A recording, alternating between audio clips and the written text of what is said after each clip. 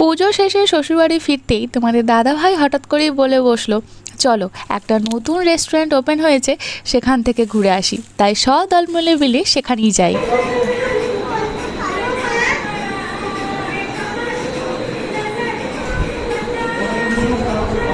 কোনটা খাবে?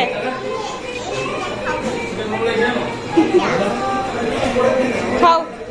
আর আর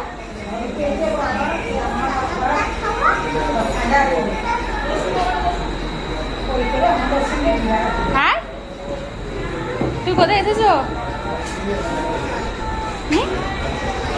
কোথায় এসেছো?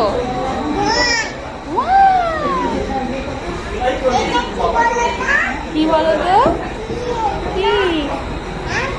কি রেস্টুরেন্ট? হ্যাঁ,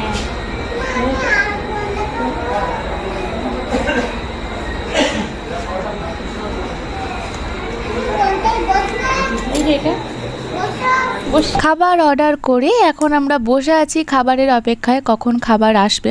মেনু কার্ড দেখে তো অস্মি রানী নিজেই চুজ করতে এখন শিখে গেছে কোনটা খাবে না খাবে, যদিও ও এখন বোঝে না ওর মধ্যে কি লেখা আছে না লেখা আছে।